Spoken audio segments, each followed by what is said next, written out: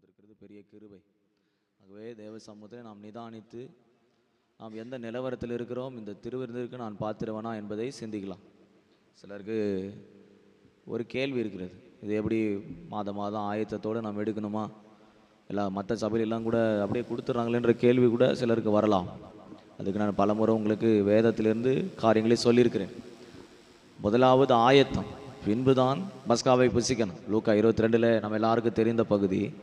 கடைசி பஸ்காவை ஆண்டவராக இயேசு கிறிஸ்து ஆசரிக்கும் போது அவர்களுக்கு சொன்னது, நீங்கள் போய் பஸ்காவை ஆயத்தம் பண்ணுங்கள், அதை புசிக்க நான் ஆயத்தமாக இருக்கிறேன் என்று லூக்கா 22 அதிகாரத்தில் நாம் அதை படிக்க கேட்கிறோம்.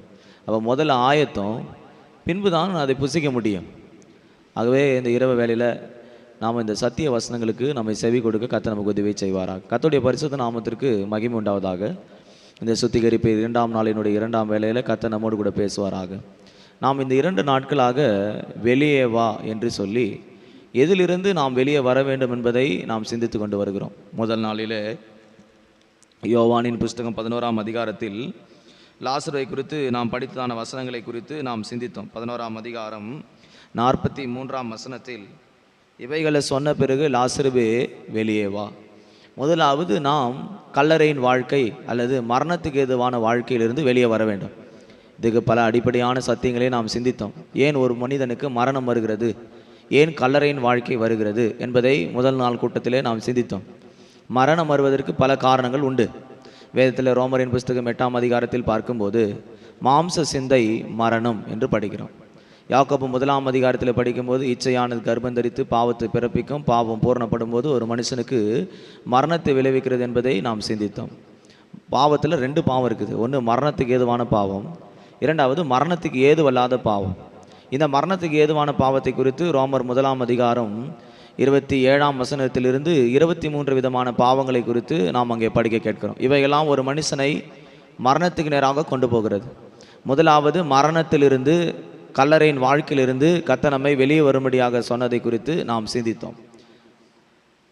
2வது ஆபிரகாமுடைய வாழ்க்கையில் நாம் சிந்திக்கும் போது நாம் ஆபிரகாமை குறித்து சிந்தித்த பகுதி, ஆபிரகாம் குறித்து கர்த்தர் சொன்னார். ஆதியாகமத்தின் புஸ்தகத்தை பார்க்கும்போது ஆதியாகமம் 12ஆம் அதிகாரம்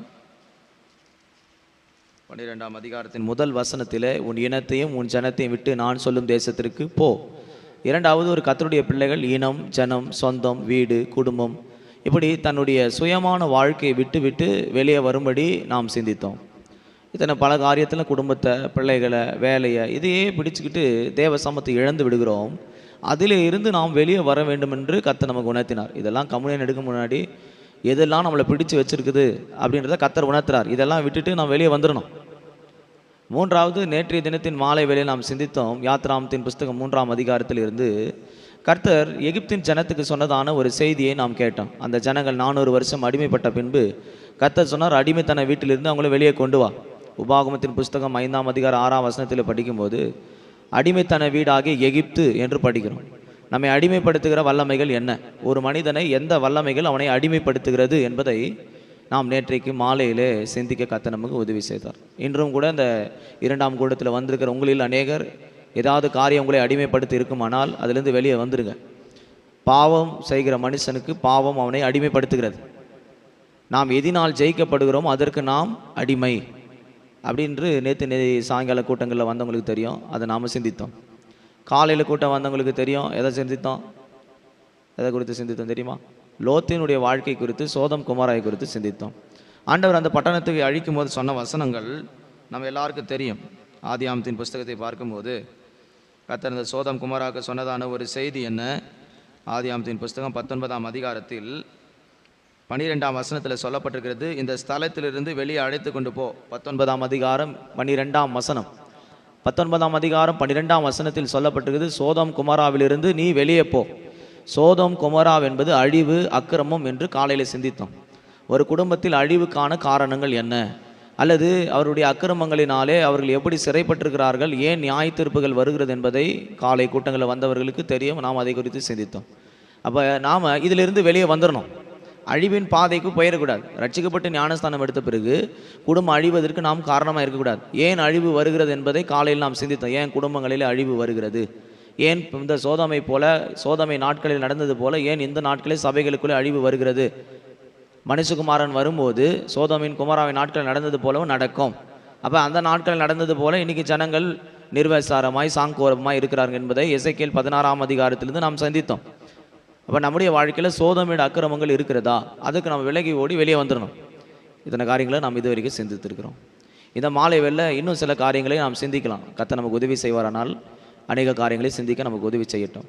இன்றைக்கி நாம் எத்தனை காரியங்கள் உள்ளே சிக்கியிருக்கிறோம் என்பதை கர்த்தர் உணர்த்துகிறார். கவனிங்க, இந்த கம்யூனியன் சர்வீஸினுடைய முதல் நாள் கூட்டத்துக்கு நான் ஜெபம் பண்ணிக்கிட்டு இருக்கும்போது ஆண்டு சொன்னது, உங்களுடைய ஜனங்க அநேக காரியத்தில் இன்னும் வெளியே வராமலே உள்ள இருக்கிறாங்க. நேற்றுக்கு சொன்னது போல் ஆண்டவர் எகிப்திலிருந்து இஸ்ரவேல் ஜனங்களை வெளியே கொண்டு வந்து விட்டார். வெளியே வந்துட்டாங்க. வெளியே வந்த பிறகு கூட அவங்க சிந்தையெல்லாம் எகிப்தின் பேரில் தான் இருந்ததே தவிர ஆண்டவர் சொன்னதான பாலும் தேனும் ஓடுகிறதான கானான் தேசத்தின் மேல் இல்லை. அது எப்படி இருக்கும்? அந்த தேசம் அழகாக இருக்குமா? தேனும் பாலும் சொன்னார், எப்படி இருக்கும்? அது செழிப்பாக இருக்குமா? அப்படி இல்லை, கனவெல்லாம் இல்லை. அவங்களுக்கு மனதெல்லாம் எப்போ நம்ம திரும்ப எகிப்துக்கு போயிடும், அவன் மைண்ட் எல்லாம் அந்த அடிமைத்தனத்தில் கட்டப்பட்டிருந்தது. இன்றைக்கி அநேகருடைய வாழ்க்கையில் வெளியே வரக்கூடாமல் பிசாசானவன் பல காரியங்களை கட்டி அவன் தான் இஷ்டத்துக்கு உள்ளே வைத்திருக்கிறான். கம்யூனியன் எடுக்க முன்பாக எதெல்லாம் நம்ம உள்ளே சிக்கியிருக்கிறோமோ தேவ சமூகத்தில் அறிக்கையிட்டு நாம் வெளியே வந்து விட வேண்டும். கர்த்தருடைய பரிசுத்த நாமத்திற்கு மகிமை உண்டாவதாக. இந்த 2ஆம் நாள் மாலையில் நம்ம அநேக காரியங்களை சிந்திக்க கர்த்தர் உதவி செய்வாராக. ஆதியாகமத்தின் புஸ்தகம் 39ஆம் அதிகாரம். ஆதியாகமத்தின் புஸ்தகம் 39ஆம் அதிகாரம் 12, 13 வசனங்களை வாசிக்க கேட்போம்.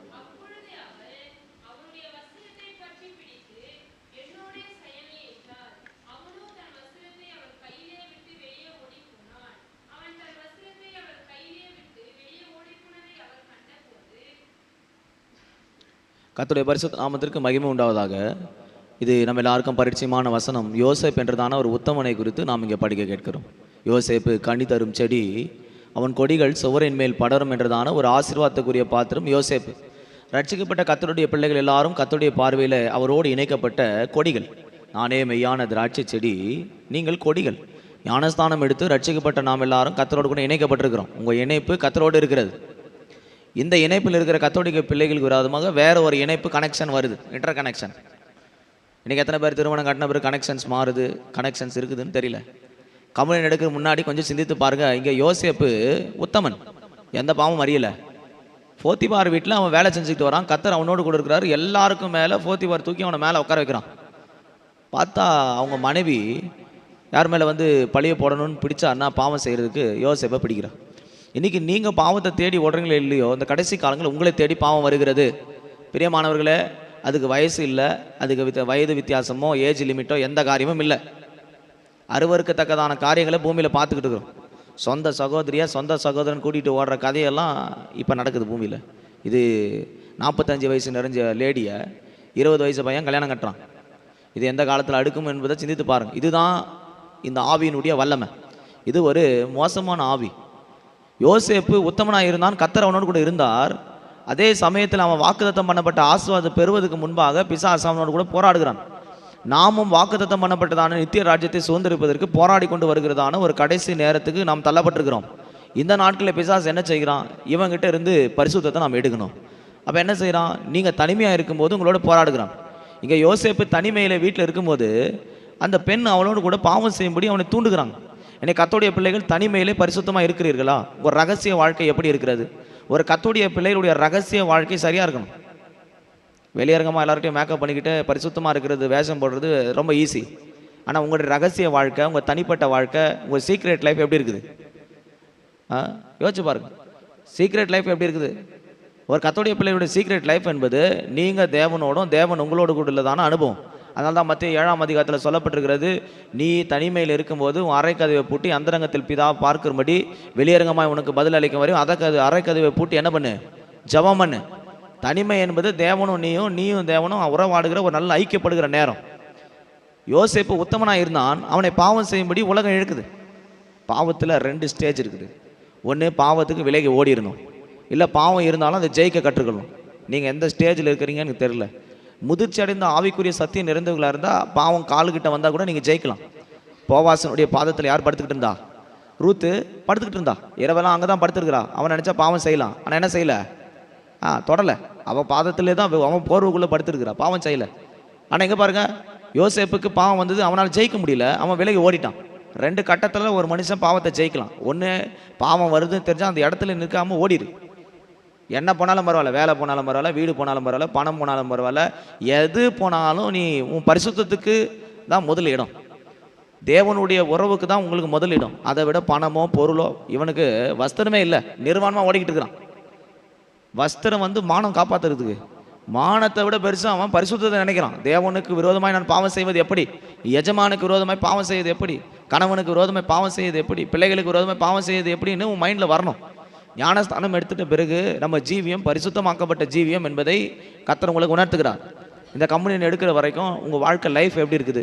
கணவனுக்கு விரோதமாக மனைவி, மனைவிக்கு விரோதமாக கணவன், பிள்ளைகளுக்கு விரோதமாக, இது நிறைய நடக்குது இன்றைக்கி. சில நேரத்தில் பாஸ்ட்டுங்க கூட அப்படி தவறி போகிறத நான் கேட்குறேன். இன்றைக்கி நிறைய குடும்பங்கள் இப்படி சின்னாப்பினமாக்கப்படுகிறது. இதுக்கு பெரிய நியாய தீர்ப்பு உண்டு, ஜட்ஜ்மெண்ட்டு தான். அவங்கள கடைசி நேரத்தில் நீங்கள் போய் பார்ப்பீங்கன்னா அவங்க அழுகிற அழுகையை நீங்கள் கண்கூட பார்க்கனா தான் உங்களுக்கு தெரியும். நிறைய பேர் இப்படி போய் சிக்கிக்கிறாங்க. யோசேப்பு உத்தமனாக இருந்தால் வெளியே ஓடி வந்துட்டான். இன்றைக்கி எத்தனை காரியத்தில் நீங்கள் சிக்கியிருப்பீங்கன்னு எனக்கு தெரியாது. தேவ சமூகத்தில் ஒப்பு கொடுத்து, ஆண்டவரே நான் என்னை வெளியே கொண்டு வந்துடு, ஆண்டவரே நான் அந்த காரியத்தில் இனி போகக்கூடாது. ஒருவேளை அறியாமை உள்ள காலங்கள் நீங்கள் காணாததை போல் இருந்த நாட்கள் அப்படி இருந்திருக்கலாம். ஆனால் இப்போ மணந்திரும்படி தேவன் உங்களை எச்சரித்து கண்டிக்கிறார், உணர்த்துகிறார். யோசேப்பை பாருங்க, ஆண்டவர் அவனுக்கு வாக்குத்தத்தம் கொடுத்தார். என்னண்டு, உங்க உன்னுடைய அரிக்கட்டை நிமிர பண்ணுவேன், எல்லாம் உன்னை சுற்றி வணங்குவாங்க, எல்லா நட்சத்திரங்களும் சூரியன் சந்திரன் கூட உன்னை வணங்குன்னு சொன்னார். சொன்னவர் இப்படி பாவ போராட்டம் வரணும்னு என்ன பண்ணல, சொல்லலை. ஞானஸ்தானம் எடுக்கும்போது என்ன சொல்கிறோம்? சமாதானம் கற்று தருவார், உங்களை ஆசீர்வதிப்பார், பரலோக ராஜ்யம் ஒன்று சொல்லித்தான் உங்களை தொட்டிக்குள்ளே எழுப்பி மேலே கொண்டு வந்து அவர் சரித்திரத்தை கொடுத்து மேலே கொண்டு வரும். ஆனால் நீங்கள் அது எடுத்த நாட்கள்லேருந்து எத்தனை பாவத்தோடு நீங்கள் போராடிக்கிட்டு இருக்கிறீங்கன்னு உங்களுக்கும் ஆண்டவருக்கும் நிச்சயமாக தெரியும். உங்கள் சீக்ரெட் லைஃப்பில் உங்களால் ஜெயிக்க முடியாத காரியங்கள் எத்தனை இருக்குதுன்னு உங்களுக்கும் தெரியும், ஆண்டவருக்கும் தெரியும். 19ஆம் சங்கீதத்தில் சொல்லப்பட்டிருக்குது, ரகசியமான பாவம் துணிகரமான பாவத்துக்கும் ஒரு அடியனை விலைக்கு காரும். 19ஆம் சங்கீதத்தை பார்க்கும்போது அங்கே சங்கீதக்காரன் சொல்லுகிற வசனம் நாம் அடிக்கடிக்கு தெரிந்ததான படித்த வசனம் தான். 19ஆம் சங்கீதம்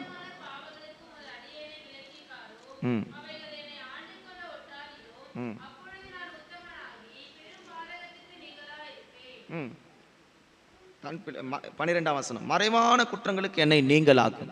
அது என்ன மறைவான குற்றம்? Secret problem. இன்றைக்கி எல்லாரும் சபையில் வருவோம், ஒயிட் அண்ட் ஒயிட்டில் வருவோம், அப்படியே இவங்க தான் ஹை ப்ரீஸ்ட் அப்படி இருக்கும், எப்படி இருக்கும், இவங்க தான் பரிசுத்த மனவாட்டிகள் அப்படின்னு இருக்கும். அவங்க தனிப்பட்ட வாழ்க்கையை ஆண்டவர் ஜூம் பண்ணி கேமராவில் பார்ப்பாருன்னா எப்படி இருக்கும்? நீங்கள் சிந்தித்து பாருங்கள். இப்போ இந்த நீங்கள் ஞானஸ்தானம் எடுத்த நாட்கள் இருந்து பாவ லைஃபை விட்டுருங்க, அதுக்கு முந்தைய இருந்த நாட்கள் வேண்டாம். ஞானஸ்தானம் எடுத்த பிறகு கர்த்தர் உங்கள் பேரில் ஒரு கேமரா வச்சு ஒரு ரெக்கார்ட் போட்டு இப்போ இங்கே ஒரு ப்ரொஜெக்டரை வச்சு படம் போட்டார்னா என்ன நடக்கும்னு சிந்திச்சு பாருங்கள். இங்கே நீங்களும் உட்கார மாட்டீங்க, யாரும் உட்கார முடியுமா? கொஞ்சம் சிந்தித்து பாருங்கள். ஒரு ப்ரொஜெக்டரை போட்டு ஞாயிற்றுக்கு நல்லா தான் நடக்க போகுது, வெளியரங்கமாக காட்ட போகிறார்.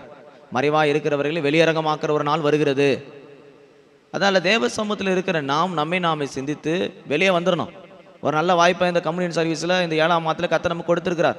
பிரியமானவர்களே, குடும்பங்களுக்கு விரோதமாக கர்த்தருடைய நாமத்துக்கு விரோதமாக உன்னை இழுக்கிறதுக்கு வரும். ஃபத்திபாருடைய மனைவி வருவா, அவள் ஒரு வயசான பாட்டிக்கு இந்த வேலையை பற்றியா? வயசு வித்தியாசம் இல்லாத தான் இன்றைக்கி போராடுது பாவம். கணவன் இருக்கிறான் ஃபத்திபார், கணவன் இருந்தோம் குடும்பம் இருந்தோம், பாவம் அவளை எப்படி இழுக்குது பாரு. வாலிபனை பார்த்தோன்னே அழகை பார்த்து, சரீரத்தை பார்த்து, பணத்தை பார்த்து, உடலை பார்த்து ஓடாத. அப்புறம் சிக்கிட்டேன்னா வாழ்க்கை முழுவதும் சிந்திக்க வேண்டியதான். இன்றைக்கி நிறைய பேர் அப்படி தான் சிக்கிக்கிறாங்க. சிக்கிட்டு அப்புறம் ஆண்டவரேன்னா நான் உன்னை அறிய. ஆபத்து காலத்தில் 2 காரியம் இருக்குது நான் அடிக்கடிக்கு சொல்கிறது. ஒன்று, ஆபத்து காலத்தை என்னை நோக்கி கூப்பிட்டு நான் உனக்கு நான் கேட்பேன், உன்னை விடுவிப்பேன், நீ என் நாமத்தை மையப்படுத்துவேன். அதே பைபிள் தான், அதே வசனம் தான் சொல்லுது. ஆபத்து காலத்தை என்ன கூப்பிட்டா நான் என்ன பண்ணுவேன்? ஆகடியும் பண்ணுவேன். சேம் பைபிள் தான், பைபிள் ஒன்று தான்.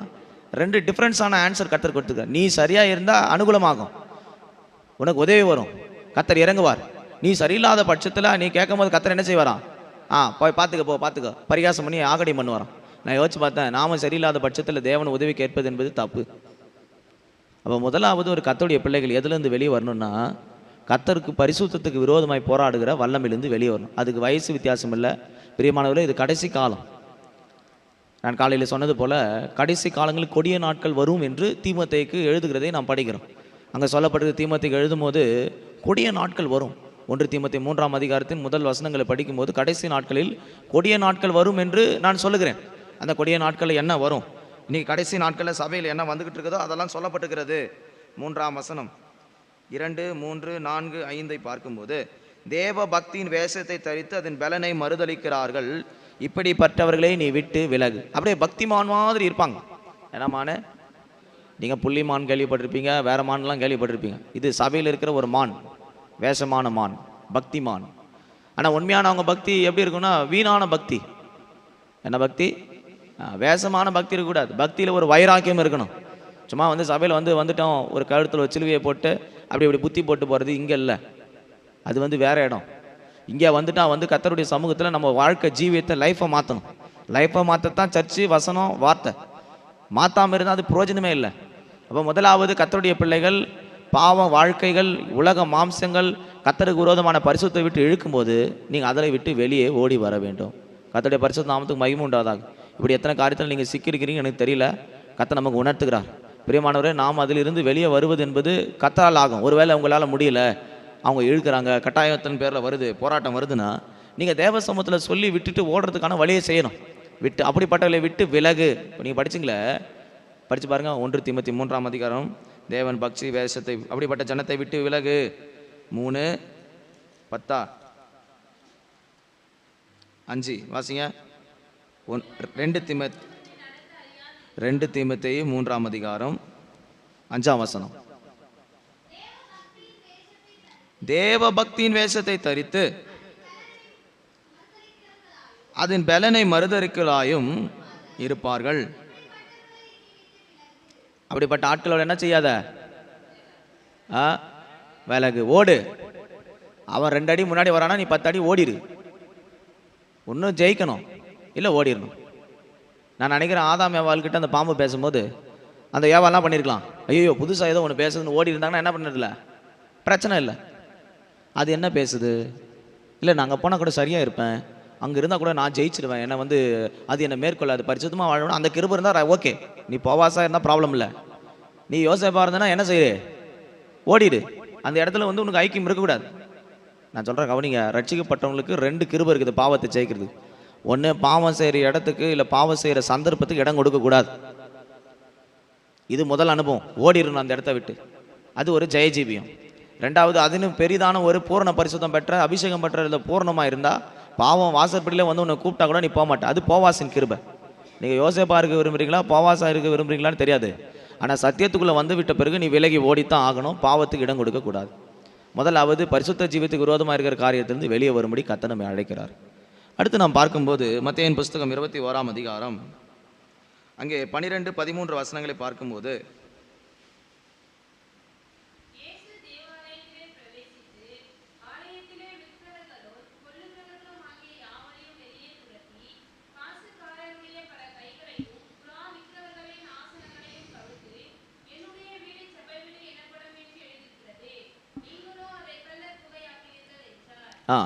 இங்கே தேவாலயத்தை கர்த்தர் பரிசுத்தப்படுத்துகிறதை பார்க்கிறோம்.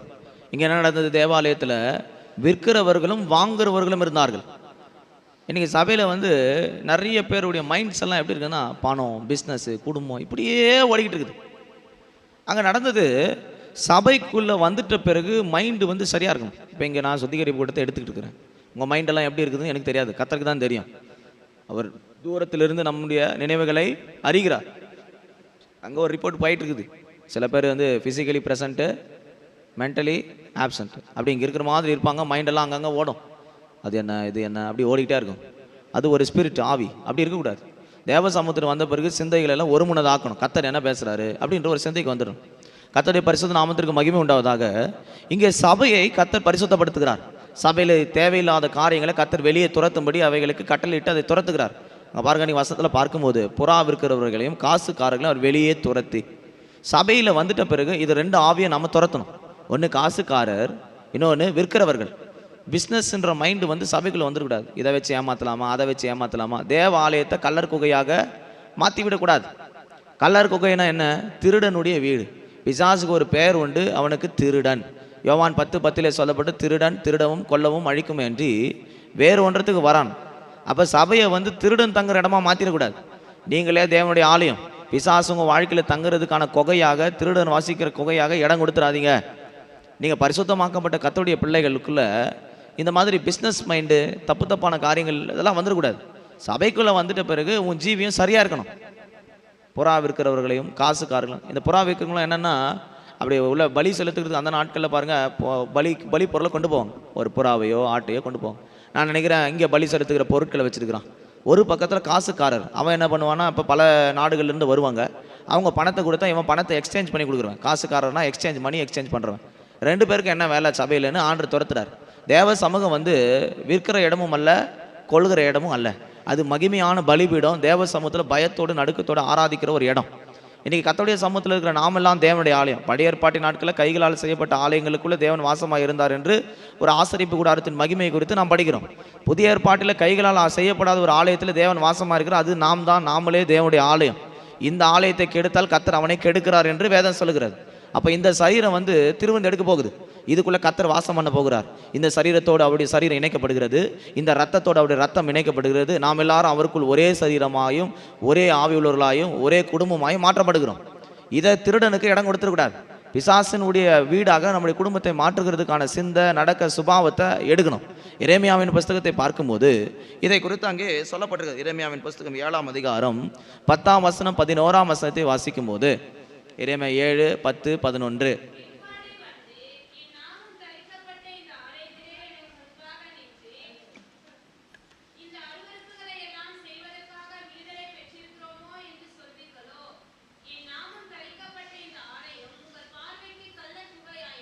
என் நாம் தரிக்கப்பட்ட இந்த ஆலயம் உங்கள் பார்வையில் கள்ளர் குகையாயிற்றோ.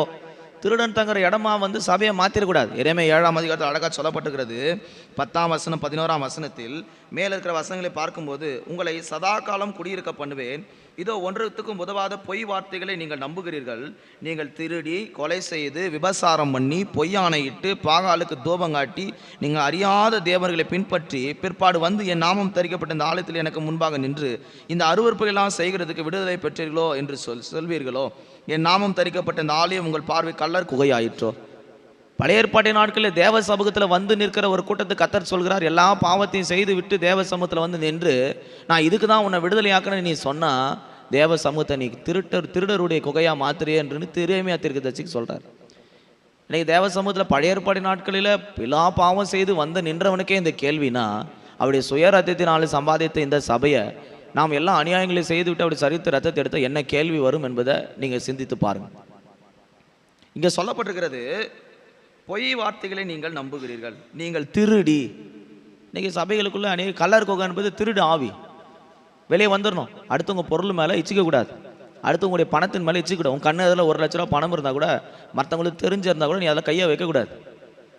திருடன் திருடவும் கொல்லவும் அழிக்கும் என்ற கள்ளர் குகைனா என்ன? பிசாசனுடைய திருட்டு என்ன வர்றது? நீ பாருங்கள், நிறைய திருட்டு நடக்குது. விசுவாசி கூட செருப்பு வெளியே விட்டு போகிறான், செருப்பு போகிறதுக்கு காலம். இப்போ பார்த்தா புது செருப்பு ஆளை காணும் பாஸ்டர். அது ஒரு பாஸ்டர் கம்ப்ளைண்ட்டு. பாஸ்டர் என்ன செருப்பு கடையாக வச்சுருக்காரு, இதில் செருப்பு வந்து ஸ்கேன் பண்ணி பார்க்க. மீட்டிங் போனால் செருப்பை காணலை, ஃபோன் வச்சேன் ஃபோனை காணலை. பைபிளை திருடுறோம் எத்தனை பேர் சபையில். நான் சில இடத்துக்கு போனால் மைக்கை காணும் பாஸ்டர்ன்றான். என்ன மைக்கை எப்படி எடுத்துகிட்டு போவான்? அதுக்கு ரிசீவர் இல்லாமல் அவன் எப்படி பேசுவான்? இப்படியெல்லாம் திருட்டு நடக்குது. அதனால தான் ஜனங்க சொல்கிறாங்க, கடவுள் வந்து உண்மையாகவே அங்கே இருந்திருந்தா இப்படி திருட்டு நடக்க அனுமதி கொடுத்தார். கர்த்தர் வந்து ஞானம் கொடுத்துருக்கிறார், எப்படி நடக்கணுன்ற புத்தி சுயத்தை கொடுத்துருக்கிறார். கர்த்தருடைய பிள்ளைகள் வந்து திருடர்களாக மாறிடக்கூடாது. 2வது அங்கே சொல்லப்பட்டிருக்கிறது, கொலை செய்து. நீங்கள் எத்தனை காரியத்தில் கொலை செய்கிறது தெரியுமா? கொலைன்னா நீங்கள் வந்து கைகளால் கத்தி எடுத்துகிட்டு போய் கொலை பண்ணுறது இல்லைங்க. கர்த்தரை வந்து வார்த்தையினாலே கொலை செய்கிறோம். தவறு செய்யும் போதே கர்த்தர் நம்ம கொலை செய்கிறோன்னு அர்த்தம். பைபிள் சொல்லும்போது நம்ம ஒவ்வொரு முறை பாவம் செய்யும் போது ஒவ்வொரு முறை ஆண்டவரை நாம் சிலுவையில் அறையிறோம். கொலை செஞ்சுட்டு தான் இருங்க. தெரிஞ்சு நீங்கள், அதாவது பாவன்ற வார்த்தை வந்து அறியாமல் செய்கிறதான காரியத்துக்கு பேர் தான் என்னது? பாவம். பாவத்தில் வந்து ஸ்டேஜஸ் இருக்குது. இப்போ எப்படி வியாதிக்கு ஒரு ஸ்டேஜ் இருக்குதோ, பாவத்துக்கும் ஸ்டேஜ் இருக்குது. அறியாமல் செய்கிற காரியத்துக்கு பேர் என்னது? பாவம். அதுக்கு வந்து பலி உண்டு, அதுக்கு வந்து பரிகாரம் உண்டு. கர்த்தர் அவைகளை மன்னிக்கிறார். அறிஞ்சே ஒரு முறை எக்ஸ்ட்ரா செஞ்சா அதுக்கு பேர் மீறுதல். மீறிட்ட கட்டளையே பிரமாணத்தை மீறியாச்சு. அதையும் மீறி போனால் அதுக்கு என்ன பாவம் லிஸ்ட்டுன்னா துணிகர பாவம்.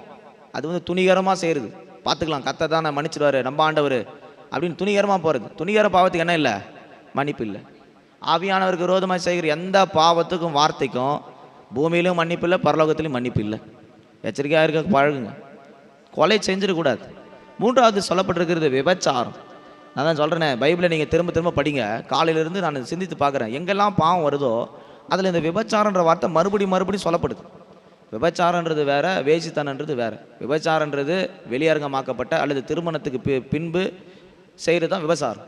வேசித்தனம் என்பது ரகசிய பாவம், அது கல்யாணம் கட்ட முன்னாடி அப்படி செஞ்சிருந்தா அது பேர் வேசித்தனம். ரெண்டுத்துக்கு வித்தியாசம் இருக்குது.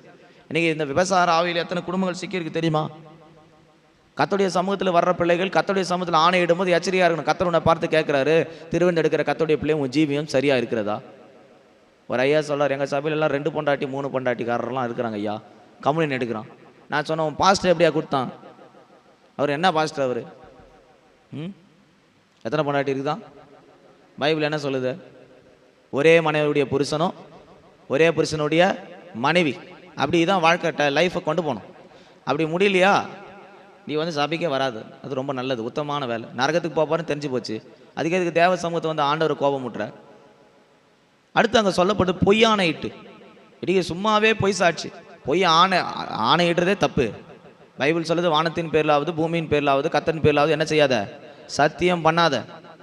நம்ம வாயில் இப்போ 100 முறை வருது, ப்ராமிஸாக சொல்கிறேன், நான் போவே இல்லை. ப்ராமிஸ், அது என்ன ப்ராமிஸு? அதிகமாக போய் பேசுகிற வாயில் தான் எது வருதுன்னு தெரியுமா? ப்ராமிஸ். உண்மையாக நடக்கிறோம். ப்ராமிஸ்ன்ற வார்த்தை பயன்படுத்த வேண்டிய அவசியமே இல்லை. ஏன்னா அவன் வந்து பார்த்தா பேசினாவே தெரிஞ்சிடும் இவன் என்ன தான் பேச போகிறான், உண்மையை தான் பேச போகிறான். பொய் நாவுகள் கர்த்தருக்கு அருவருப்பானது. பொய் நாவுகளை கர்த்தர் தீர்க்கிற பழி இருக்குது பாருங்க, அது வந்து ரொம்ப டஃப்பு. பொய்யை பேசிடக்கூடாது. பிசாசுக்கு ஒரு பேர் இருக்குது, என்ன தெரியுமா? பொய்யன், பொய்யுக்கு பிதா. அப்போ நீங்கள் வந்து பிசாசனுடைய பிள்ளைகளாக கர்த்தருடைய பிள்ளைகளாக பாருங்கள். ஆண்டோடைய பிள்ளைகளாக இருந்தால் உண்மையாக இருப்பீங்க. பிசாசுடைய பிள்ளைகளாக எப்படி இருப்பாங்க? பொய்யும் பொய்யுக்கு. சில பேர்லாம் பேசிக்கிட்டே இருப்போம், 1000 வார்த்தை பேசுகிறான்னா அதில் வந்து 999 வார்த்தை பொய் தான் இருக்கும். நம்மளால் கண்டே பிடிக்க முடியாது. கடைசியாக முடிஞ்ச பிறகு தான் தெரியும், ஓஹோ இவ்வளோ கதையை நம்மகிட்ட ஓட்டியிருக்கான் போல. அவன் நடக்குது, ரட்சிக்கப்பட்டவங்க நடக்குது. கர்த்தருடைய பிள்ளைகள் வாயில் வந்து உண்மையை கர்த்தர் எதிர்பார்க்கிறார். நம்முடைய வாயில் வர்ற ஒவ்வொரு வார்த்தையும் கர்த்தர் பார்க்குறார். நீதிமானுடைய வார்த்தையை சுத்த வெள்ளி, அப்படி வந்து பியூரிட்டி, அதில் வந்து எந்த கலப்படமே இல்லை. நம்ம வார்த்தையில் எத்தனை கலப்படம் இருக்குது? பாஸ்டர்கிட்ட ஒன்று சொல்கிறோம், வீட்டில் ஒன்று சொல்கிறோம், வெளியே ஒன்று சொல்கிறோம், வண்டி ஓட்டிக்கிட்டே இருக்கிறோம். வந்துட்டேன் வீட்டுக்கு, இன்னும் 5 நிமிஷத்தில் வீட்டுக்குள்ளே இருப்பேன். திரும்ப ஃபோன் போட்டால் கூட 5 நிமிஷம் தான். கடைசி வரைக்கும் பார்த்தா அவன் அங்கேயே தான் இருப்பான். இதுலேயே உண்மை இல்லை. ரெடி ஆகிட்டியா? ரெடி ஆகிட்டேன். அப்போ தான் குளிக்க போவான். ரெடி ஆகிட்டேன்னு ஒரு வார்த்தை விடுவான். பொய். சபைக்கு ஏன் பிரதர் வரல? மழை வந்துருச்சு ஐயா, மாடு பிடிக்க போயிருந்தேன், சாவு வந்துருச்சு, பிறந்தநாள் வந்துருச்சு, கூட்டம் வந்துருச்சு. நீ எங்கே போன எங்கே வந்தேன்னு யாருக்கு தெரியும்? அன்றைக்கி தான் வந்து டூர் அடிப்பேன், அன்றைக்கி தான் ஊரை சுற்றுவேன், அன்றைக்கி தான் காது குத்துவேன், மூக்கை குத்துவேன், எல்லாம் குத்துவேன். கடைசியில் ஆண்டவர் குத்து வைப்பார், இங்கே வந்து ஐயா அப்படின்னு வைப்பேன். ஞாயிற்றுக்கிழமை நாட்டில் நீ எங்கெல்லாம் குத்து வைக்கிறீங்க, உனக்கு குத்து தான். நான் சொல்கிறது உங்களுக்கு ஃபன்னாக தெரியுதுன்னு நினைக்காதீங்க, உண்மையில நடக்கிறது தான் சொல்கிறேன். உங்களுக்கு புரியணும், மண்டைக்கு உரைக்கணும் தான் சொல்லிக்கிட்டு இருக்கிறேன். கம்யூனியன் சர்வீஸ் எடுக்கும்போது நம்ம தெளிவாக இருக்கணும். இது வந்து சும்மா இல்லை, இதுக்காக நமக்காக பாடுபட்டு ரத்தத்தை சிந்தி உயிரை கொடுத்துருக்கிறார். சிந்திக்காமல் எடுத்துடக்கூடாது. பொய்யானைட்டு நம்ம வாழ்க்கையை வந்து தவறாக நடத்திடக்கூடாது. கர்த்தருடைய சமூகத்தில் வரும்போது அங்கே சொல்லப்பட்டிருக்கிறது, இப்படியெல்லாம் செய்துட்டு கர்த்தருடைய சமூகத்தில் வந்து கர்த்தரை விடுதலையாக்கிட்டார் என்று சொல்றியே, நீ தான் கள்ளர் குகை என்று எரேமியா தீர்க்கதரிசனமாக சொல்கிறார். அப்போ தேவ சமூகத்துக்கு வந்து நிற்கும் போது கர்த்தர் பார்க்குறார், இவன் என்னெல்லாம் பண்ணிக்கிட்டு வந்திருக்கிறான், எங்கே சுற்றி வருகிற கர்த்தர் பார்க்குறார். நான் பார்க்கல, உங்கள் பின்னாடி எல்லாரும் பின்னாடி நான் வர முடியாது. ஆனால் யார் பார்க்குறாரா? கர்த்தர் பார்க்குறார். அங்கே சொல்லப்பட்டது பொய்யானையிட்டு பாகாலுக்கு தூபம் காட்டி. பாகால்னா என்ன? குழப்பம். பாகால்னா என்ன? விக்கிரகம். பாகாலுக்கு பல அர்த்தம் இருக்குது. முதல்ல இந்த பாகாலுடைய எழும்பப்பட்ட இடம் பாபேல் கோபுரம். அங்கேருந்து தான் பாகாலுடைய வம்சமே ஆரம்பிக்குது. கர்த்தருக்கு விரோதமாக கட்டுமானம் கட்டுறது, கர்த்தர் சொல்லாததெல்லாம் செய்கிறது, கர்த்தருடைய சமூகத்தை விட்டு ஓடுவது. பாகால்னா விக்கிரக ஆராதனை. இன்னைக்கு எத்தனை பேர் விக்கிரகத்தை ஆராதிக்கிறாங்க தெரியுமா? சபைக்கு வந்துட்டு கேட்டால் அவங்களோட ஒத்து போயிடும், அவங்களோட செஞ்சு தான் ஆகணும், நான் எங்கே போகணும் அங்கே போகணும். ஒரு சகோதரன் எனக்கு ஃபோன் போட்டார், மதுரை. அவர் ஒரு கிறிஸ்தவ பொண்ணை விரும்புகிறார். இவர் இந்துக்காரரு, அந்த பொண்ணு கிறிஸ்தவர். இப்போ 2 பேரும் விரும்புகிறாங்க. அவன் என் கூட படித்தவன், எனக்கு ஃபோன் போட்டான். ஃபாதர் அப்படின்னா, நான் சொல்லுப்பா அப்படின்னு. இல்லை நீ வந்து பாஸ்டர் தானே? ஆமாம் நான் பாஸ்டர் தான். அந்த பொண்ணு ஏஜி சர்ச்சை சேர்ந்தது, நான் வந்து இந்துவாக இருக்கிறேன். அந்த பொண்ணு சொல்லுது, பொண்ணு வீட்டில் என்னை கன்வெர்ட் ஆக்க சொல்கிறாங்க. அந்த பொண்ணு சொல்லுது, இப்போதைக்கு கன்வெர்ட் ஆகிற மாதிரி நடிச்சிரு, கல்யாணம் முடிச்சிருவோம், நீ வந்து உன் தெய்வத்தை வணங்கிக்க, நான் வந்த பிறகு நான் அங்கே மாறிக்கிறேன். எப்படி இருக்குது பாருங்க. எப்படிப்பட்ட பிளான். இவர் ஃபாரின்ல இருக்கிறாரு, அந்த அம்மா இங்கே லோக்கல் இருக்குது. இங்கேருந்தே கனெக்ஷன், இன்டர்நேஷ்னல் கனெக்ஷனில் போயிட்டு இருக்குது. இன்னைக்கு நிறைய பாகாலுக்கு இப்படி தான் தூபம் காட்டிக்கிட்டு உட்காந்துருக்குறாங்க ஆட்கள். ஒரு நாள் கர்த்தர் வரப்போறார், பாபேல் கோபுரங்களை இடிச்சது போல அவங்களெல்லாம் தரமட்டமாக்குற நாட்கள் வரும். பாபேலுக்கு கோபுரங்களை கட்டிக்கிட்டு இருக்கிறோமா? வெளியே வந்துருங்க, கல்லர் குகையிலேருந்து வெளியே வாங்க. அடுத்து அங்கே சொல்லப்படுறது, நீங்கள் அறியாத அந்நிய தேவர்களை பின்பற்றி. தேவ சமூகத்திட்ட வந்துட்ட பிறகு அந்நிய தேவர்களை நாடக்கூடாது. அங்கே கயிறு கட்டினா நல்லா ஆயிரும், அங்கே போனால் சரியாயிரும். சர்ச்சுக்கு வந்துட்ட பிறகு மந்திரவாதம் பண்ணலாம், குறி சொல்லுதல் கேட்க போகலாம், செத்தவங்களை எழுப்பலாம்லாம் போகாத. செத்தவனை எழுப்புதா இருந்தால் சாவு அடக்கம் பண்ண முடியாது, எழுப்பிடு. சொல்கிறது விளங்குதா உங்களுக்கு? செத்தவனை எழுப்புதா இருந்தால் எப்போ எழுப்ப? அப்போயாவது உயிர் வந்துடும். செத்துட்டு பிறகு போய் குறிக்காரங்கிட்ட அவன் என்ன செஞ்சார், எப்படி மறிச்சார் கேட்டானா எழுந்தா வந்துட்டு போகிறாரு. நம்ம ஆட்கள் பாதி பேர் அங்கே தான் உட்காந்துருக்குறாங்க. காலத்தை பார்க்குறது, சாதியை பார்க்குறது, அப்புறம் என்னது நாள் பார்க்குறது, நட்சத்திரம் பார்க்குறது, வெள்ளிக்கிழமை தான் செய்யணும், திங்கக்கிழமை எந்த நாளில் செஞ்சாயன்னா வடபுறத்தில் தான் கட்டணும், அக்கினி மூலை, இந்த மூலை அந்த மூலை, அப்படியெல்லாம் கட்டுற பார்த்தா அந்த வீட்டிலே போக முடியல, பேய் வந்து ஆட்டுதுன்ற.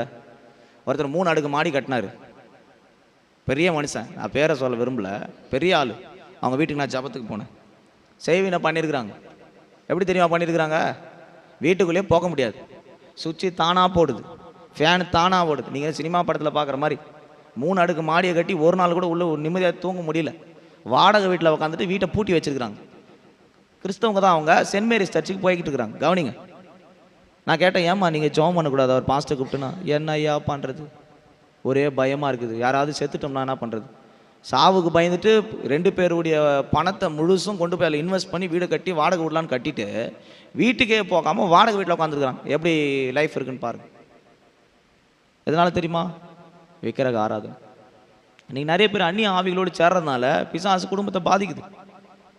அதனால் நான் உங்களுக்கு சொல்லுவேன், தேவ சமூகத்திட்ட வந்துட்ட பிறகு அந்நிய ஆவிகளோடு அந்நிய நுகத்தோடு நீ இணைந்து போகக்கூடாது.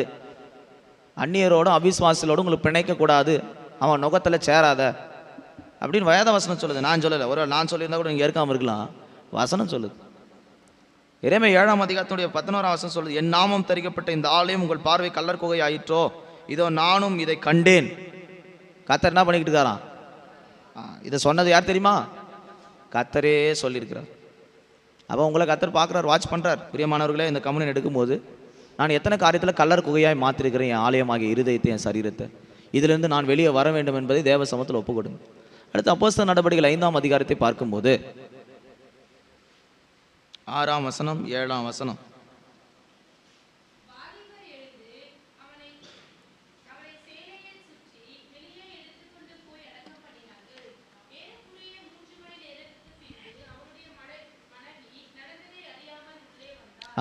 இங்கே ஒரு சம்பவத்தை நாம் படிக்க கேட்கிறோம். இது எல்லாருக்கும் பரிச்சயமான வசனங்கள் தான். அனனியா சப்பீரால் என்றதான ஒரு கணவன் மனைவி இருந்தார்கள். அவங்களுடைய இடத்த அவங்க விற்கிறன்னு ஒரு பொருத்தனை பண்ணி வித்துட்டாங்க. இப்போ பேதர்கிட்ட வந்து அவங்க ஒரு காணிக்கை செலுத்தும்படி வராங்க. இப்போ பேதர் கேட்குறாரு, எவ்வளோக்கு விற்றீங்களா? இவளுக்கு தான் நீங்கள் விற்றீங்களா? அனனியா முதல்ல வரான், கேட்டார். அவங்க என்ன சொன்னாங்க? எவ்வளோக்கு விற்றோம்? படித்தது இல்லையா? 5ஆம் அதிகாரத்தை பார்க்கும்போது 3ஆம் வசனம். பேதர் அவனை நோக்கி, அனனியாவே,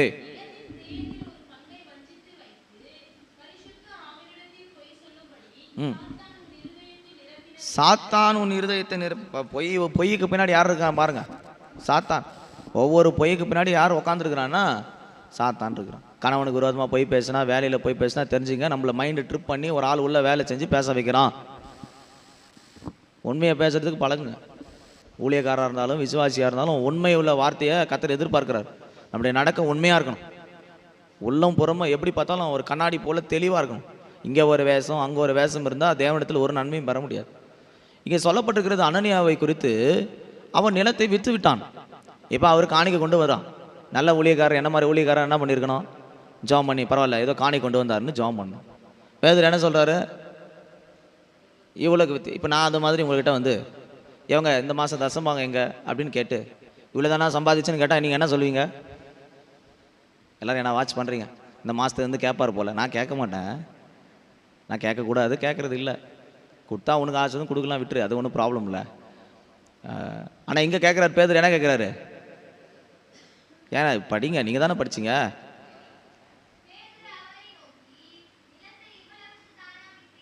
எவ்வளவு பார்த்துங்க, நீங்களே பார்த்துங்க. எவ்வளோக்கு விற்றுருக்கிறீங்க? இவ்வளவுக்கு தானா விற்றீங்க? எப்படி இதுபடி நான் கேட்டால் நீங்கள் என்ன சொல்லுவீங்க? நீங்கள் படித்து பாருங்கள் அந்த வசனம் 4ஆம் வசனத்தில், பொய் சொன்னாயே, விற்கும் முன் அது உன்னிடத்தில் இருக்கவில்லையா? அதை விற்ற பின்பு அதன் கிரையை உன் வசத்தில் இருக்க. நீ உன் இருதயத்தில் இப்படிப்பட்ட எண்ணம் கொண்டு நீ மனுஷரிடத்தில் அல்ல தேவனிடத்தில் பொய் சொன்னாய். அப்போ அவன் மைண்டெல்லாம் எப்படி இருந்திருக்குன்னா, இவ்வளோ தானான்னு கேட்டால் என்ன பதில் வரணும் சொல்லுங்க, சொல்லியிருக்கலாம்ல. நான் நினைக்கிறேன் நல்ல விசுவாசியாக இருந்தா இவ்வளோ தான் வந்துச்சு ஐயா, ஆனால் நான் இந்த தேவைகள்லாம் நான் பயன்படுத்திட்டேன், மன்னிச்சிருங்க, அப்படி ஏதாவது சொல்லி மன்னிப்பிருக்கலாம். அவங்க சொன்னது தான் ரொம்ப ஆச்சரியமாக இருக்குது எனக்கு. கணவன் மனைவி ரொம்ப அண்டர்ஸ்டாண்டிங் உள்ள மனைவி கணவன், 2 பேருக்கு ஒரே மைண்டு பாருங்கள். வீட்டில் பேசிட்டு தான் வராங்க, சபைக்குள்ளே வரும்போது விசுவாசி நான் வந்து இப்படி தான் சொல்ல போகிறேன் பாஸ்டர்கிட்ட, நீ அதே சொல்லிவிடு. நிறைய ஃபேமிலிக்குள்ளே எதில் ஒத்து போதோ இல்லையோ இதில் நல்லா ஒத்து போகுது. பண விஷயத்தில் நம்ம ஆட்களுக்கு கரெக்டாக இருக்கிறாங்க, சொல்லிடுறாங்க மனைவிட்ட, நான் வந்து கரெக்டாக இருக்க போகிறேன், நீ கரெக்டாக இருந்துக்க. அவர் கேட்டார்னா நீ இதே சொல்லிவிடு, நானும் இதே சொல்லிடுறேன். எதை வந்து சொல்கிறோமோ இல்லையா ஊழியக்காரர்கிட்ட, இதெல்லாம் வந்து விசுவாசிங்க சரியாக இருக்கிறாங்க. ஆனால் நீ வந்த உடனே கேட்குறாரு, பரிசுத்த ஆவியை நீ வஞ்சித்தது எப்படி? இவ்வளோ தான் நீ வித்த. அவன் சொல்கிறான், ஆமாம் இவ்வளோ தான் கொடுத்தேன். அவர் ஒன்றும் பேசலை. என்கிட்ட நீ போய் சொல்ல, யாருக்கு விரோதமாக போயிட்டு போய் பேசின? ஆண்டவருக்கு விரோதமாக நீ போய் பேசினதால இப்போ நீ மறிக்கிற. அங்கே வாலிபர்கள், பேதுருவோடு கூட இருந்த வாலிபர்களுக்கு அவர் சொல்கிறாரு, இந்த மரித்ததான இந்த ஆட்களை கொண்டு போய் வெளியே அடக்கம் பண்ணுங்க. இது எதை காண்பிக்கிறது? நாம் கர்த்தருக்கு விரோதமாக உண்மை இல்லாத தன்மைகள் அல்லது தேவனுடைய பார்வையிலே நாம் பொய்யர்களாக இருந்து தேவனுக்கு விரோதமாய் செய்கிற பாவங்களை நாம் மறிக்க செய்யணும், அதை அடக்கம் பண்ணணும், அவர்களை வெளியே கொண்டு வரணும். இன்றைக்கி நம்முடைய வாழ்க்கையில் எத்தனை காரியத்தில் அப்படி உண்மை இல்லாமல் இருக்குன்னு யோசிச்சு பாருங்கள். அதெல்லாம் வெளியே கொண்டு வாங்க. காணிக்கையிலோ தசம்பாகத்தில் உண்மை இல்லைன்னா அந்த சுபாவத்தை வெளியே எடுத்துருங்க. அனனியா சபீராலை பற்றி வேதம் சொல்லப்பட்டிருக்கிறது, 2 பேருமே எதில் ஒத்து போயிட்டாங்க படித்து பாருங்கள். அது அடுத்த வசனத்தில் அவங்க மனைவியை பற்றி சொல்லப்பட்டிருக்கிறது, 9ஆம் வசனம்.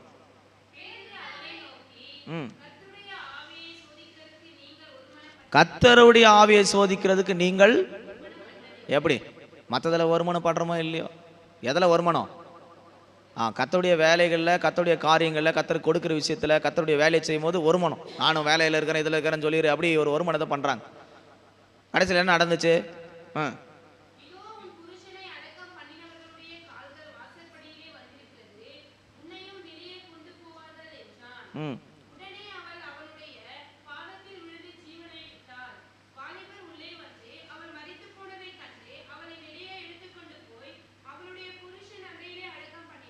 கர்த்தருடைய பரிசுத்த நாமத்திற்கு மகிமை உண்டாவதாக. இந்த வசனங்களை நாம் சிந்திக்கும் போது நமக்கு ஒரு காரியம் தெரிகிறது. நீங்கள் படித்து பாருங்கள், அந்த வசனத்தில் ரொம்ப அருமையாக சொல்லப்பட்டிருக்கிற காரியங்கள் நமக்கு புரியுது. 2 பேரும் ஒருமனப்பட்டாங்க, 2 பேரும் கர்த்தருக்கு விரோதமாக பாவம் செய்தாங்க. கொடுக்குற விஷயத்தில் நான் சொல்கிறது பண விஷயம் மட்டும் இல்லை, எந்த காரியத்திலும் கர்த்தருடைய சமூகத்தில் நம்ம ஒரு காரியத்தை செய்வோம்னு சொன்னால் செஞ்சிடணும். அது எந்த காரியமாக இருக்கட்டும், செய்கிறதா இருக்கட்டும், கொடுக்குறதா இருக்கட்டும், உத்தரவாதத்தோடு நிற்கணும். இந்த சபையில் வந்துட்ட பிறகு நான் இந்த சபைக்குள்ளே ஒரு ஐக்கியமான மெம்பராக இருக்கிறேன். கர்த்தருக்கு நான் எந்த காரியத்தில் உண்மையாக இருக்குமோ அந்த காரியத்தில் உண்மையாக இருக்கும். யாருக்கு உண்மையாக இருக்கிறீங்களோ இல்லையோ, கர்த்தருக்கு நீங்கள் உண்மையாக இருந்து பழகுங்க. அப்படி பழகி பாருங்கள், உங்களை கர்த்தர் ஆஸ்வதிப்பார். இங்கே சொல்லப்பட்டது வாலிபர்கள் இவங்க 2 பேரையும் கொண்டு போய் என்ன பண்ணு? சபையை விட்டு கொண்டு போய் அடக்கம் பண்ணு, வெளியே கொண்டு போ. இன்றைக்கி நம்முடைய வாழ்க்கையில் இதை வெளியே கொண்டு வரணும். எத்தனை காரியத்தில் நாம் இப்படி தேவ சமூகத்தில் இருந்து கொண்டு தேவனை வஞ்சிக்கும்படியாக நம்முடைய வாழ்க்கையில் செய்து கொண்டிருக்கிறோம். அதை நீங்கள் வெளியே கொண்டு வாங்க. ஆண்டவரே, இதெல்லாம் நான் வஞ்சித்துட்டேன். பைபிள் சொல்லப்பட்டிருக்கிறது, மீகா நினைக்கிற வசனம் சொல்லப்பட்டிருக்கிறது, மல்கியாவா மல்கியால் என்ன சொல்லி, எதனாலே என்னை வஞ்சிக்கிறீர்கள்? தசம்பாகத்திலும் காணிக்கையில் தானே. படிங்க மல்கியாவில் 2ஆம் அதிகாரமா 3ஆம் அதிகாரம், மல்கியா 3:8.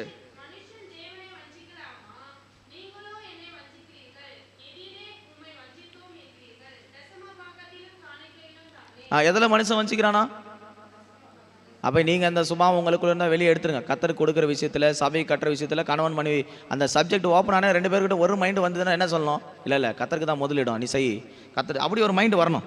இல்லை முதல் நம்ம பிள்ளைங்களுக்கு வச்சுரு, முதல்ல நம்முடைய தேவைகள்லாம் பாரு, அப்புறம் வேணால் மீதி ஏதாவது இருந்தால் அது அப்புறம் பார்ப்போம். மீதி எல்லாம் கர்த்தருக்கு நம்ம கொடுக்கக்கூடாதுங்க. பைபிள் சொல்லப்பட்டு கர்த்தருக்கு எதை செய்தாலும் முதற் பலன்களை, முதன்மையானவைகளை, நசல் இல்லாததை, குறை இல்லாததை செலுத்தணும். கடமைக்காக சில நான் இந்த நோட்டுகளை எடுத்து வச்சுருக்கிறேன், கலெக்ஷன் பண்ணி வச்சுருக்கிறேன். இந்த காணிக்கை பெட்டியில் வர நோட்டுக்கெல்லாம் அதை ஒரு ஃப்ரேம் போட்டு வெளியே மாட்டலான்னு இருக்கிறேன். அப்போ தான் வந்து 4 பேருக்கு தெரியும் இப்படியெல்லாம் கூட நோட்டு போடுவாங்களா அப்படின்ட்டு. அது வந்து இந்தியன் கரன்சிலே பிரிண்ட் பண்ணியிருப்பாங்களான்னு எனக்கு தெரியல. இந்தியன் ஆர்பிஐலேயே அந்த மாதிரி நோட்டு எங்கே பிரிண்ட் பண்ணுறாங்கன்னு உண்மையாக தெரில. அதில் ஒட்டு கிழிச்சி மண்ணில் போட்டு புரட்டி அப்படியெல்லாம் கொடுக்கணும்னு ஆண்டு உங்களுக்கு சொல்லவே இல்லைங்க. எங்கேயா சொல்லியிருக்கா பைபிளில்? கட்டாயப்படுத்தி, விசனப்படுத்தி, துக்கப்பட்டு எங்கேயா கூட உங்கள் பைபிள் எழுதியிருக்கேன், என் பைபிள் எழுதலை. மனப்பூர்வமாய் கொடு. கட்டாயத்தினால் அல்ல, விசனத்தினாலும் அல்ல, அவன் மனதில் நிர்ணயித்தபடி கொடு. உற்சாகமாய் கொடுக்கிற இடத்தில் தேவன் பிரியமாக இருக்கிறார். கொடுங்கள், அப்போது உங்களுக்கு கொடுக்கப்படும். உனக்கு வேணும்னா நீ மனப்பூர்வமாக செலுத்து. அதை விட்டுக்கிட்டு மனசில் வச்சுக்கிட்டு அவங்கெல்லாம் போடுறாங்க அதான் நாம் போடணும், மற்றவங்க பார்க்கறதுக்காக போடாது. ஐஸ்வர்வான் கட்டுக்கட்டாக போட்டான், எல்லாரும் பார்த்தாங்க, ஓ இவன் தான் பெரிய ஆள் அப்படின்னு நினச்சாங்க. ஆனால் கத்தர் அதை அங்கீகரிக்கல. விதவை தன் ஜீவனுக்காக வைத்திருந்த 2 பணத்தை போட்டால் கத்தர் யாரை தான் அங்கீகரிச்சாரு? விதவை தான் அங்கீகரிச்சார். உனக்கு உள்ளதில் உண்மையாக இருங்க, அதெல்லாம் அவங்க செலுத்துறாங்க. சில பேர் இந்த பெரிய பெரிய சபைகளில் இருக்கிற ப்ராப்ளமே, அவங்க ஒரு 10 ஃபேன் வாங்கி கொடுத்தாங்கன்னா நான் 20 ஃபேன் வாங்கி தரேன் பாஸ்டர். அவங்க ஏசி வாங்கி கொடுத்தா நான் 4 ஏசி வாங்கி தரேன். எதுக்கு? இவனுக்கு சோத்துக்கே வழி இல்லை. எதுக்கு தெரியுமா? பேர் வாங்குறதுக்கு. அதில் வந்து பேரை அடித்து இவர் பிரிண்ட் பண்ணி கொடுத்துருவார். அது காலத்துக்கும் அவர் பேர் சொல்லும். அது போடும் போதெல்லாம் அந்த பேரை எழுதியிருப்பார். குப்புசாமி, நான் வந்து இந்த ஊர், நான் தான் வாங்கி கொடுத்தேன். என்னை இங்கே எழுதி என்ன பிரயோஜனம்? இந்த கையில் இருக்கிறது அந்த கைக்கு தெரியக்கூடாது. பல பேர் காணிக்கை கொடுத்துட்டு ஊரெல்லாம் டமாரா அடிக்கிறது. ஃபஸ்ட்டாக இருக்குது, நான் தான் சர்ச்சுக்கு முதல்ல காணிக்கை கொடுத்தேன், என் பேர் தான் கல்வெட்டில் போட்டேன். இந்த கல்வெட்டில் போட்டால் அந்த கல்வெட்டில் பேர் போயிடும். அதான் சபையில் வந்துட்ட பிறகு இந்த காரியத்தில் ரொம்ப ஜாக்கிரதையாக இருக்கணும். கொடுக்குற விஷயத்தில் தான் கர்த்தர் நம்மை பார்க்குறார். ஆண்டவரை சோதிக்கிற ஒரே விஷயம், கொடுத்து என்னை சோதித்து பார். கொடுக்குறனா இல்லையானு என்ன பண்ணு, கொடுத்து சோதித்து பாருன்னு ஆண்டு சொல்கிறார். மற்ற எந்த காரியத்தை நீங்கள் என்ன பண்ணிடக்கூடாது? ஆண்டவரை சோதித்திடக்கூடாது. அப்போ நாம் இந்த மாதிரி உண்மை இல்லாத தன்மையில் இருந்தால் கர்த்தர் நம்மை வெளியே கொண்டு வரும்படி அழைக்கிறார். இந்த கம்யூனியன் எடுக்க முன்னாடி ஆண்டவர் இத்தனை காரியத்தை நான் உண்மை இல்லை, என்னை வெளியே கொண்டு வாங்க. அடுத்து கடைசியாக பார்க்கும்போது அப்போஸ்தலர் 5ஆம் அதிகாரத்தில் பார்க்கும்போது 19ஆம் வசனத்தில் என்ன சொல்லப்பட்டிருக்கிறது? 5:19.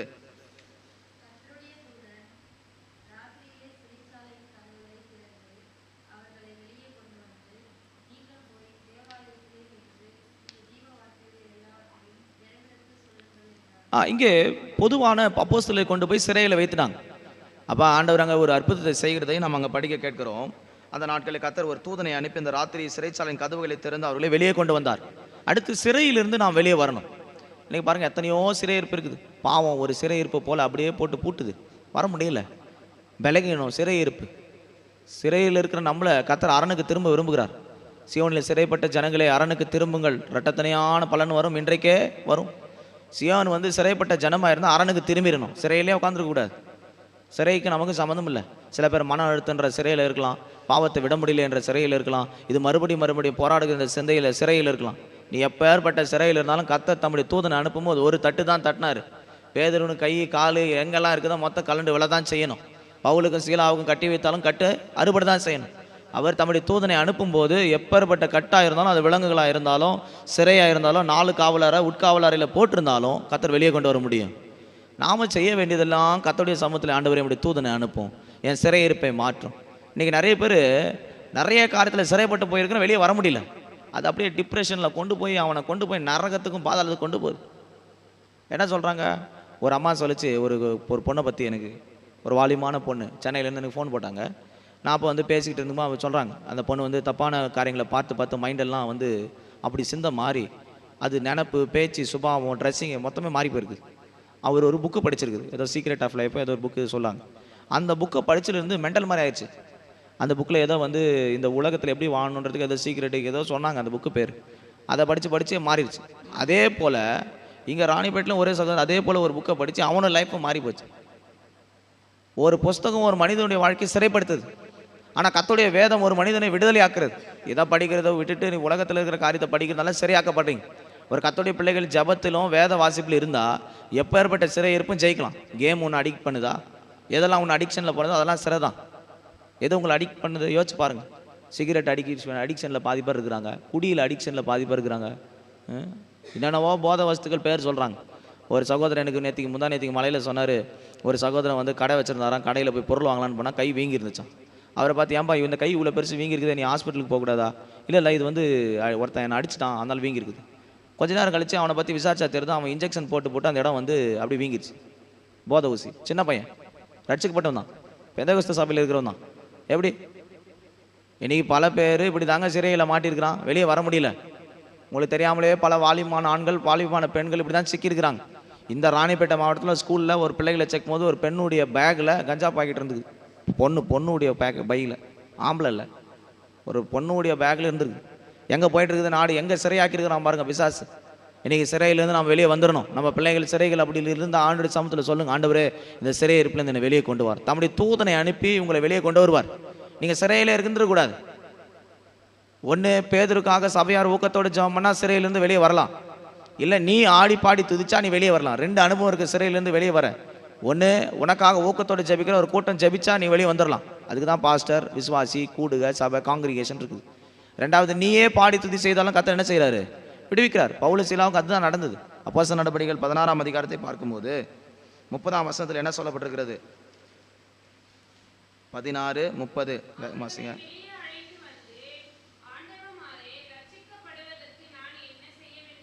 24-25ஆம் வசனத்தில் அவர்களை உட்காவல் அறையிலே அடைத்து கால்களை தொழுமரத்திலே மாட்டி வைத்து நடுராத்திரிலே பவுலும் சீலாவும் ஜெபம் பண்ணி தேவனை துதித்து பாடினார்கள். காவலில் வைக்கப்பட்டவர்கள் அதை கேட்டு கொண்டிருந்தார்கள். கதவுகள் திறக்கப்பட்டது, எல்லாருடைய கட்டுகளும் கலண்டு போயிற்று. தொழுமரத்தில் தலைகளாக நின்றுக்கிட்டு இருக்கிறாங்க. இவங்க என்ன செஞ்சுட்டு இருக்கிறாங்க? பாடி துதி செய்கிறாங்க. துதி செய்த போது சிறையிலிருந்து கர்த்தர் என்ன செஞ்சுட்டாரு? உட்காவல் அறையிலிருந்து வெளியே கொண்டு வந்தார். இது ஏதோ பைபிள் வேர்ட்ஸ் நினச்சிடாதீங்க. பிரதர் யூன்னு சொல்லப்படுற ஒரு சைனாவில் எவன்லி மேன் ஆஃப் காட் யூடியூப்பில் போட்டு பாருங்க. Heavenly man of God Yun, YUN, brother Yun சைனாவில் இருக்கிறார். அவருடைய வாழ்க்கையில் உண்மையாகவே நடந்தது. சுவிசேஷம் சொல்ல போகி கை காலெல்லாம் உடச்சி ஜெயிலுக்குள்ளே கூட்டு போய் வச்சுட்டாங்க சைனாவில். நம்ம ஊர் ஜெயில் மாதிரி இல்லை ஓட்ட போட்டு வெளியே வர்றதுக்கு. அது ரொம்ப ஸ்ட்ராங்கு. நீங்கள் போனோன்னா சுற்றுவான். அது நம்மளுடைய திகார் ஜெயில் மாதிரி பெரிய ஜெயில். உள்ளே இருந்து அவ்வளோ சீக்கிரம் வெளியே வர முடியாது. உட்காவல் அறையுக்குள்ளே அவரை போட்டு வச்சுக்கிறாங்க. உண்மையில நடந்த சம்பவம். அப்போ ஜெபம் பண்ணுற ஆண்டவர், உமக்காகத்தானே நான் ஊழியம் செய்ய வந்தேன், என்னை இப்படி அடிச்சுட்டாங்களே, நீங்கள் பவுலும் சீலாவும் அப்போஸ்தலர் காலத்தில் செஞ்சது அற்புதம் உண்மையாக இருந்தால் என்னை வெளியே கொண்டு வந்துருங்க. பாருங்கள், கை கால் உடஞ்சது அப்படி சரியாயிடுச்சான். உண்மையாகவே கை கால் சரியாயிருக்குது. அடிப்பட்ட அந்த அடிகள் அப்படியே ஒவ்வொன்றும் அப்படியே சரிப்பட்டு எழும்பி நிற்கிறார். கை கால் உடச்சி உட்கார வச்சுட்டாங்க, இனி ஊழியம் செய்யக்கூடாது. அப்படி எழும்பி நின்று திரும்ப ஒவ்வொரு கேட்டாக ஆண்டவர் திறக்கிறான். ஒவ்வொரு ஜெயில் கேட்டாக ஓப்பன் ஆகுது. போலீஸ் இருக்கிறான், எல்லாம் அவன் வேலையை பார்த்துருக்கான். இவரை கண்டுக்கவே இல்லை. இவர் பாட்டு நேராக போயிட்டே இருக்கிறார். ஜெயில் என்ட்ரன்ஸுக்கு வந்தால் அங்கே ஒரு கார் நிற்குது. ஆண்டவர் சொல்கிறார், இந்த காரில் என்ன பண்ணு, ஏறு. அந்த காரு பார்த்தா இவர் போக வேண்டிய இடத்துல எடுத்துகிட்டு போய் இறக்கி விட்டான். உண்மையிலே நடந்ததுங்க. யூடியூப்பில் இருக்குது, போட்டு பாருங்கள். புக்கே எழுதியிருக்கிறார் brother Yun, heavenly man of God brother Yun. இப்பயும் உயிரோடு இருக்கிறார். நீங்கள் ஏதோ அப்போஸ்தலர் காலத்தில் நடந்தது தான், இன்றைக்கி ஆண்டவர் செய்ய மாட்டான்னு நினைக்காதீங்க. உங்கள் வாழ்க்கையில் எப்பேற்பட்ட சிறைக்குள்ளே நீங்கள் சிக்கியிருந்தாலும் தேவ சமூகத்தில் சொன்னால் கர்த்தர் உங்களை வெளியே கொண்டு வருவார். அப்போ இன்றைக்கி நாம் வெளியே வந்துடணும். கர்த்தருடைய பரிசுத்த நாமத்திற்கு மகிமை உண்டாவதாக. இந்த இரவு நேரத்தில் நாம் மறுபடியும் சிந்திக்கிறது, வெளியே வா. நீங்கள் எத்தனை காலத்தில் நம்ம வெளியே வராமல் இருக்கிறோமோ கர்த்தர் நமக்கு உணர்த்தி கொண்டிருக்கிறார். பிரியமானவர்களே, நாம் இந்த 2 நாட்களாக சிந்திப்பது, எத்தனை காரியங்கள் நாம் உள்ளே சிக்கி இருக்கிறோம். அடிமைப்படுத்தும் வல்லமை, சிறைப்படுத்தும் வல்லமை, தேவனுக்கு உண்மை இல்லாத தன்மை, பரிசுத்தத்தில் விலகி ஓடுவது, பாவம் நம்மை சிறைப்படுத்துது. இப்படி பல காரியங்களில் நீங்கள் சிக்கி வெளியே வர முடியாமல் தடுமாறலாம்.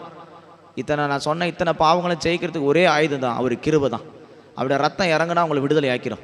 இயேசு கிறிஸ்துவின் ரத்தம் சகல பாவங்களை நீக்கி நம்மை சுத்திகரிக்க வல்லமை உள்ளது. இப்போ ஒரு 5 நிமிஷம் உங்களுக்கு நல்ல நேரம் இருக்குது. முழங்கால் படிட்டு, ஆண்டவரே, இத்தனை காரியத்தில் எனக்கு விடுதலை இல்லை, இத்தனை காரியத்தில் எனக்கு சமாதானம் இல்லை, இதெல்லாம் என்னால் விட முடியல, வெளியே வர முடியல, நான் போராடுறேன், என்னால் போராடி ஜெயம் பெற முடியல. பிரியமானவர்களே, கண்களை மூடி முழங்கால் பட்டு ஆண்டு சமூகத்தில் ஒப்பு கொடுங்க. அழுங்க, இத்தனை காரியம் என்னால் வெளியே வர முடியல ஆண்டவரே, ஆனால் உம்மால முடியும், நான் விசுவாசிக்கிறேன்.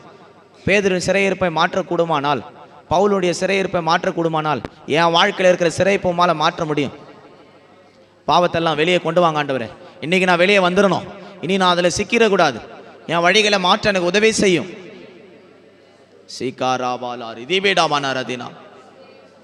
போராடுங்க வாலிபர்கள், வாயை தரங்க. உன் ரகசிய வாழ்க்கையில் உண்மை இருக்குதா? யோசேப்பை பாருங்க, தான் ரகசிய வாழ்க்கையில் விலகி ஓடினான். உன்னால் உன் செல்போனை, உலகத்தை ஜெயிக்க விலகி ஓட முடிகிறதா? நீ யோசேப்பா இருந்தா விலகி ஓடலாம், ஜெயிக்கலாம். உனக்கு சிங்காசனத்தில் மகிமையில இடம் உண்டு. உனக்கு கொடுத்த வாக்குத்தத்தத்தை நீ பெற்றுக்கொள்ளலாம். தேவனுடைய ஆலயத்தை கல்லர் குகையாய் மாற்றினோமே ஆண்டவரே, எத்தனை காரியத்தை முடி சமூகத்தில் வந்து அறிவித்த ரத்தத்தை எடுத்த பின்பு கூட என் வாழ்க்கையில கல்லர் குகையாய் சிறையாய் மாற்றி இருக்கிறேன். என்னை பரிசுத்தப்படுத்தி என் சிறையிருப்பை மாற்றும். கல்லர் குகையா இருக்கிற வாழ்க்கைய கர்த்தர் வாசஸ்தலமாய் மாற்றும். ஒருமனப்பட்டு கர்த்தருக்கு விரோதமாய் உண்மை இல்லாமல் பரிசுத்தத்தை கெடுத்து கொண்டுதான் அனனியா சபீராலை வெளியே கொண்டு வாருங்கள். இத்தனை காரியத்தில் எனக்குள்ள உண்மை இல்லை ஆண்டவரே. தேவ சமத்தை குறித்து எனக்கு பயம் இல்லாமல் போனது. பரிசுத்தாவே எனக்கு விரோதமாக நான் பொய்யே பேசியிருக்கிறேன் ஆண்டவரே. உண்மை இல்லாத தன்மையை கர்த்தர் இன்னைக்கு வெளியரங்கமாக்கி இருக்கிறார். வேஷமாகவே மனுஷன் சிந்திக்கிறான், திரிகிறான், விருதாவாகவே அவன் சஞ்சலப்படுகிறான். ஆஸ்தியை சேர்த்து வைக்கிறான். யார் அதை வாரிக்கொண்டு போவான்? மனுஷன் உலகம் முழுவதும் ஆதாயப்படுத்திக் கொண்டாலும் தன் ஜீவனை நஷ்டப்படுத்தினால் அவனுக்கு லாபம் என்ன? பாவம் செய்து நீடித்து வாழ்ந்தால் என்ன? உயிரோடு இருக்கிற சிங்கத்தை பார்க்கல செத்த நாய் வாசி என்று நீதிமன்றங்களில் படிக்கிறோம்.